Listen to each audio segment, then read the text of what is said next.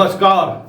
Times of Swaraj के खास कार्यक्रम शिक्षा समाचार में आप सबों का स्वागत है। और आज हम शिक्षा समाचार में बात उस ट्रांसफर पॉलिसी को लेकर कर रहे हैं जिस ट्रांसफर पॉलिसी को लेकर पहली बार किसी अखबार ने, समझ गए ना, पहली बार किसी अखबार ने क्रिटिक तौर पे विश्लेषण किया है। और जिस विश्लेषण का आधार ही यही है कि किस तरीके से पिछले 9 महीने से तबादले के लगातार बदलते नियमावली की वजह से हर शिक्षक प्रभावित हुआ। पूरी तौर पर पढ़ाई की व्यवस्था ठप है। शिक्षक पूरे दिन तबादला कैसे हो इस जुगत में लगे रहते हैं। गुणवत्तापूर्ण शिक्षा की तो बात छोड़िए, पिछले 8 महीने से स्कूलों का यह हाल है कि ठीक से एक क्लास भी नहीं हो रहा है। ये मैं नहीं कह रहा हूं, बिहार के सबसे ज्यादा पढ़े जाने वाले अखबार हिंदुस्तान ने यह खबर छापी है। और हिंदुस्तान ने उस पूरे 8 महीने के दौरान कितनी बार इन्होंने नियम बदला है, किस स्तर पर नियम बदला है, किस तरीके से तमाम उन मानकों को विभाग ने नजरअंदाज किया है, उसका गहन विश्लेषण करके सामने रखा है। जो रोजाना हम सिद्धार्थ को आईना दिखाते थे, रोजाना हम सिद्धार्थ से कहते थे कि ये गड़बड़ी हो रही है, ये आप नियम के विपरीत कर रहे हैं, तो उनको बहुत दुख हुआ। उनको बार बार ये कह रहे थे कि भाई ये शिक्षा पर खबर क्यों बनाता है। शिक्षा पर खबर हम इसलिए बनाते थे कि जिस स्तर पर गड़बड़ी हो रही थी ना, उस गड़बड़ी पर चेक एंड बैलेंस किया जा सके। और बहुत हद तक चेक एंड बैलेंस हुआ भी है। भले आप हम पर मुकदमा करवाते रहे, लेकिन आज अगर हम डटे नहीं रहते शिक्षा विभाग की उस खबर पर, तो ना जाने कितने शिक्षकों को आपके ही आसपास रहने वाले लोग लूट लेते, कह नहीं सकते। वैसे कुछ सवाल है जिन सवालों के सहारे हम सिद्धार्थ जी आज आपको कुछ जानकारी दे रहे हैं। इस जानकारी को आप दुरुस्त करिए। एक नेहा कुमारी है, शिक्षिका, यहीं गर्दनीबाग में आई है, हाई स्कूल में, सिवान से पटना। कैसे आई, किसने लाया है, किस आधार पर उनका ट्रांसफर हुआ है। ये कोई एक नाम नहीं है, ऐसे कई नाम है जिसका आपने पटना पोस्टिंग किया है। और उस पोस्टिंग को लेकर शिक्षकों में एक अलग तरीके की धारणा उत्पन्न हुई है। और ये धारणा कहीं न कहीं आपके विभाग पर सवाल खड़े कर रहे हैं। और ये 1 2 3 4 5 6 नहीं है, ऐसे दर्जनों शिक्षक हैं, सैकड़ों में कह सकते हैं, जिसका पटना ट्रांसफर हुआ है। ना वो म्यूचुअल ट्रांसफर है और ना ही किसी और आधार पर ट्रांसफर हुआ है। नेहा कुमारी का नाम हमने आपको बताया ही है, कई और नाम हैं जो नाम हम आपको स्क्रीन पर चला रहे हैं, उनका ट्रांसफर भी हुआ है। इसी तरीके से एक अररिया की शिक्षिका है, उसका भी पटना हुआ है। वो म्यूचुअल हुआ है या कैसे हुआ है, ये अभी तक बात सामने नहीं आई है। कई तरह के सवाल खड़े हो रहे हैं।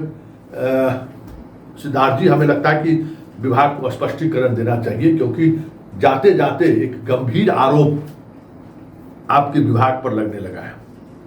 और ये आरोप वाकई में कहीं न कहीं आपके पूरे साख पर सवाल खड़ा कर रहे हैं। इसलिए इसका स्पष्टीकरण आना चाहिए। हम उम्मीद करते हैं कि विभाग की तरफ से स्पष्टीकरण आए कि इन शिक्षकों का ट्रांसफर कैसे पटना हुआ है, जबकि पटना आपने लॉक कर रखा था। तो फिर ये कैसे नेहा पटना आ गई, कैसे जूली पटना आ गई। दर्जनों ने एक नाम पर क्या कहे, लगातार नाम पर नाम सामने आ रहा है, उसका पटना हुआ है। कैसे पटना हुआ, आपको जवाब देना चाहिए, क्योंकि ये सवाल बहुत गंभीर है। उसी तरीके से गंभीर है जिस तरीके से हिंदुस्तान अखबार ने आपकी पूरे ट्रांसफर पॉलिसी पर ही सवाल खड़ा कर दिया है। जिस सवाल को हम लगातार उठाते आ रहे थे, वो सवाल आज हिंदुस्तान अखबार ने उठा दिया है। क्या हिंदुस्तान अखबार पर आप केस करेंगे? क्या हिंदुस्तान अखबार को आप नोटिस भेजेंगे? क्या उसमें गलत क्या है? आपने जिस तरीके से नियमों की अनदेखी करी है, सवाल उठेगा ही उठेगा। इतने बड़े स्तर पर ट्रांसफर होने की बात हुई, लेकिन वो ट्रांसफर में कहीं भी पारदर्शिता नहीं बरती गई, कोई ट्रांसपेरेंसी नहीं है। कैसे ट्रांसफर हुआ, किस स्तर पर ट्रांसफर हुआ, कुछ भी, बस जिसका ट्रांसफर हुआ उसी को पता है। इस हाथ को पता है, इस हाथ को नहीं पता है। जबकि ये ट्रांसफर ऐसा नहीं है कि ये पब्लिक डोमेन में आने वाली चीज है, इसको आप छुपा नहीं सकते हैं। कई ऐसे सवालों के साथ एक बार फिर से ट्रांसफर पॉलिसी घेरे में है। आप म्यूचुअल ट्रांसफर दे रहे हैं और 3000 से अधिक शिक्षक जिसको आपने जिला अलॉट कर दिया है उसकी पोस्टिंग आप नहीं कर रहे। जिला अलॉट के बाद भी, और उस अलॉट के बाद वो लगातार वो शिक्षक लोग ट्विटर पर आपको टैग करके अभियान चला रहे हैं, लेकिन कोई सुनने वाला नहीं है। तो हमें लगता है कि अब आप सुनेंगे तो हाई कोर्ट से ही सुनेंगे। तो एक बड़ी खबर हम आपको बता दें कि सक्षमता वाले जो शिक्षक हैं जिन्होंने काउंसलिंग कराया, अपने संबंधित जिले में जिनकी पोस्टिंग हो गई, हजारों ऐसे शिक्षक हैं, 20,000 विशिष्ट शिक्षक ऐसे हैं जो अपने जिला से बाहर 200, 250, 400, 500 किलोमीटर पर है। ऐसे लोग लाखों में थे, वो घट के टीआरई 1 में कोई चले गए। बहुत सारे लोग तो ऐसे थे जो जिनका पहले अपने जगह पर पोस्टिंग था तो वो तो वहीं रह गया।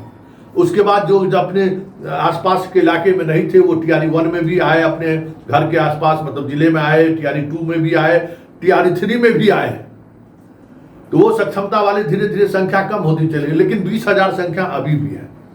उस 20,000 में लगभग 11,000 से अधिक शिक्षक ऐसे हैं जिनको सक्षमता परीक्षा जिस आधार पर लिया गया था उस आधार पर मार्क्स के को महत्व दिया गया और उनको वो अपना जिला अलॉट हो गया। उस जिला में उन्होंने काउंसलिंग भी करा ली, लेकिन काउंसलिंग कराने के बाद जब पोस्टिंग होने की बात हुई तो जनाब ने नियम बदल दिया। इसको लेकर हाई कोर्ट में सुनवाई हुई है। हाई कोर्ट ने जितने आवेदक हैं, पिटिशनर हैं, उनका सीट रिजर्व रखने के लिए शिक्षा विभाग को कहा है। अब शिक्षकों ने एक हाई कोर्ट में लड़ाई लड़ने का तरीका बदल दिया है। पहले स्टे पर ज्यादा जोर देते थे, तो उससे होता क्या था कि शिक्षा विभाग को मौका मिल जाता था। अब भाई स्टे है तो हम क्या करें।